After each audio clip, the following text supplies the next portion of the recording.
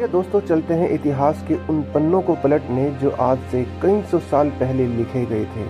यहाँ पर आप एक दरवाज़ा जो बहुत पुराना देखने में प्रतीत होता है देख पाएंगे, जिसके दोनों तरफ झरों के बने हुए हैं, जहाँ पर कभी कुछ सिपाही खड़े होकर देखते होंगे क्या चल रहा है। इन दरवाज़ों का देखकर ये हश्र एक बात दिल में आता है कि क्या खूब ज़माना देखा था इन दरवाज़ों ने, और आज ये देखकर रोते होंगे कि हमें देखने वाला कोई नहीं है।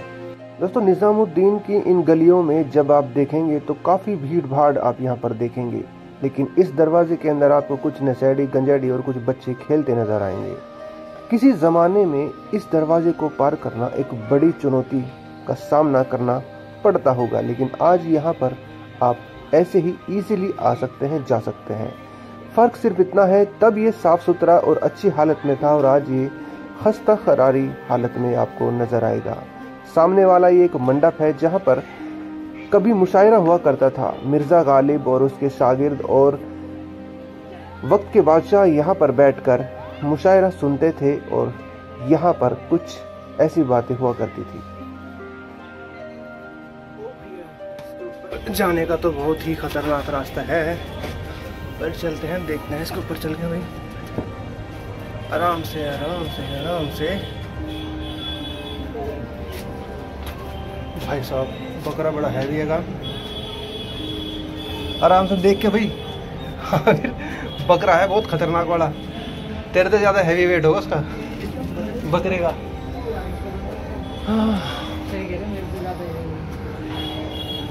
ये हम आ गए भैया इसकी छत पर, गेट की छत पर आ गए। 64 खंबा। ये एक मंडप टाइप में है जिसमें बताया जाता है कि किसी वक्त यहाँ पर मिर्ज़ा गालिब और अन्य शायर यहाँ पर बैठकर शेर व शायरी करते थे इस मंडप के अंदर। वो भी वहाँ पर कुछ है बंद है, और इस साइड पता नहीं क्या है, यहाँ पर पार्किंग है क्या है। इधर से जाने का भी एक रास्ता है ये वाला, लेकिन ये बाहर से क्लोज कर रखा है, कूड़ा बहुत डाल रखा है यहाँ पे। उस बकरे को देख के डर लग गया कि भाई चलो उतरते हैं इसमें से। ये बकरा यहीं पाल रखा हुआ है ना किसी ने। इसकी दीवारें ना बिल्कुल जर्जर हो रही। इतना पैसा होता है आगा खान ट्रस्ट के पास, दरगाह से और अन्य जो दरगाह बना रखी उनसे, लेकिन खर्च नहीं हो पाता।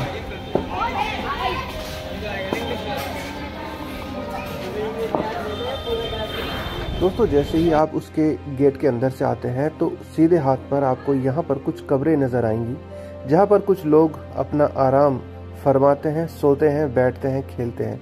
और इन कब्रों पर बहुत ही अच्छी नक्काशी आप देख सकते हैं। किसी खास शख्स की ये कब्र नज़र प्रतीत होती है, क्योंकि इस जगह पर जितनी कब्र है बहुत ही खास इंसानों की कब्रें यहाँ पर मौजूद है। ये जो आप देख रहे हैं यहाँ पर गेट लगा हुआ था, इस बार मैं अंदर नहीं जा पाया, दूसरी बार मैं अंदर जा पाया था और उसकी वीडियो मैंने आपको बनाकर ऑलरेडी दिखा रखी है, जाकर आप 64 खंबा वीडियो देख सकते हैं। यहाँ से आप देखेंगे ये जो 64 खंबा के अंदर एक परिवार की कब्र है, और वो परिवार है जो मुगल बादशाह अकबर था उसका सौतेला भाई। उसके पूरे परिवार की कब्र आप अंदर देख पाएंगे, और साइड में ही मिर्ज़ा गालिब और उसके परिवार की कब्र भी आप देख पाएंगे। और ठीक उनके बाहर यहाँ पर कुछ कब्रें हैं जो कि अनजाने हैं, और लोग इन पर खेलते हैं, कूदते हैं, जूते चप्पल लेकर इन पर खड़े होते हैं। इनका ज़रा भी एहतराम नहीं किया जाता। और यहाँ से जब आप देखेंगे तो कुछ कब्रें इसके अंदर भी थी जो टूटकर बिखर चुकी है। दोस्तों यहाँ पर तो कोई वैसे जाता नहीं, जो बच्चे क्रिकेट खेलते हैं वही जाते हैं, और इन कब्रों पर ऐसे ही चढ़ के जाते हैं जैसे नॉर्मल कोई पत्थर वगैरह हो। यहाँ पर ये मैंने बहुत ही बेकदरी इन चीज़ों की देखी। कुछ लोगों की कब्रें इसके अंदर है जो बड़ी ख़ास है और उसकी सिक्योरिटी गार्ड सिक्योरिटी करता है, और कुछ कब्रें बाहर है जिन पर कोई भी सिक्योरिटी नहीं है और ना ही कोई रोक टोक करता कि आप कब्रिस्तान के अंदर हो और कब्र पर चढ़ रहे हो। यहाँ पर ये बदसलूकी देखकर मुझे बहुत बुरा लगा। दोस्तों ये 64 खंबा निज़ामुद्दीन एरिया के अंदर आता है। जब भी आप कभी जाएंगे तो आप देख पाएंगे कि इतिहास को किस तरह से जूते चप्पल के नीचे रौंद रहे बच्चे, बड़े और यहाँ पर नासमझ लोग।